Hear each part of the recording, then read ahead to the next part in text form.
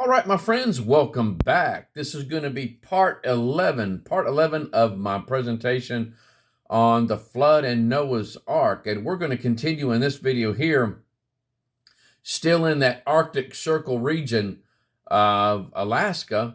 And we're going to be coming back. If you remember, Lindsay Williams wrote this book called The Energy Non-Crisis.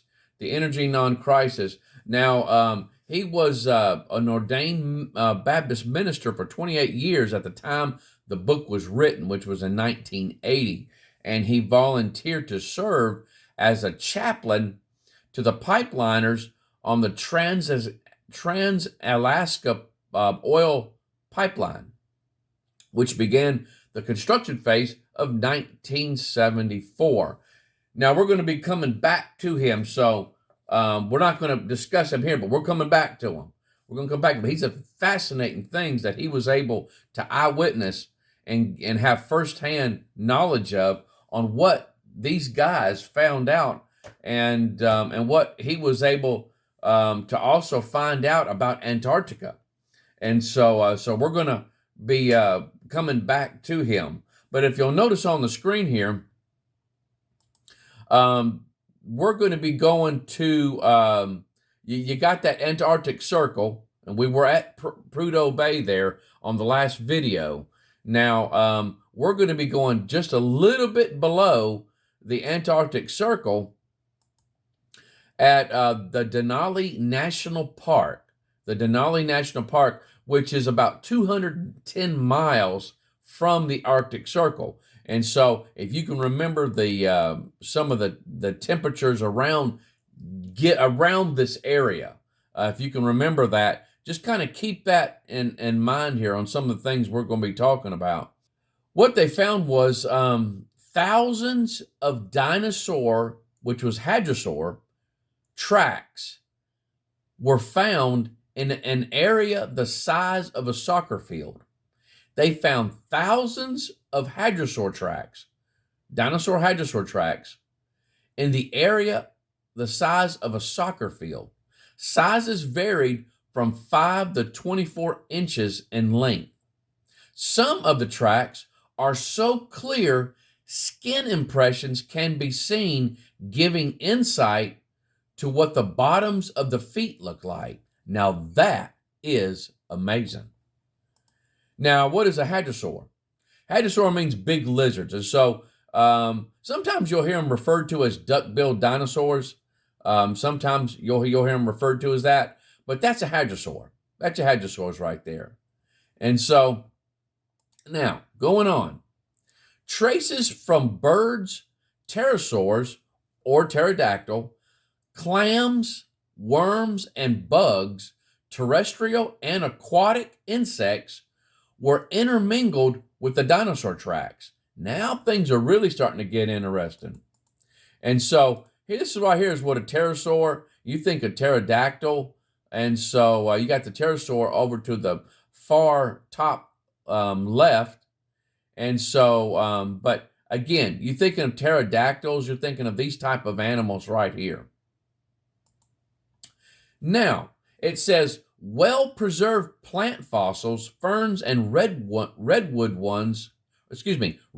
cones show that it was a rich ecosystem, leading researchers to believe that the dinosaurs lived in the Arctic year-round. The tracks were dated at 70 million years old. Of course, you're going to get your secular geologic time scale in there, which would be the late Cretaceous. Now, this right here is the geologic time scale, and if you'll notice the time of the dinosaurs there, they're dating it at the late Cretaceous there. And so now this is a chart you guys will see me bring up from time to time, and so if you've seen any of my other videos, some of you should have already be familiar with this, but you got the evolution of humans, which is 1.8 to 5.6 million years ago, and then you got that 60 to 65 billion year gap of time, which the dinosaurs supposedly died off at the end of the Cretaceous, And then that's the reason why they said there should be no evidence of human and dinosaurs coexisting at the same time. And so, but by evolutionary theory, the theory of evolution, they say that the dinosaurs, the smaller dinosaurs, didn't actually come on the scene until towards the end of the Triassic period, and then you got Jurassic. Of course, you remember that movie called Jurassic Park. That's where they got the name from.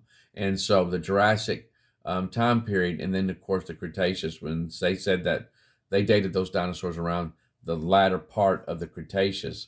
And so, but here's some of those footprints that they found in Alaska. And again, were dinosaurs living in climates that get down to well below freezing, I'm talking -0 degrees, where the sun will visit from time to time at certain times of the year.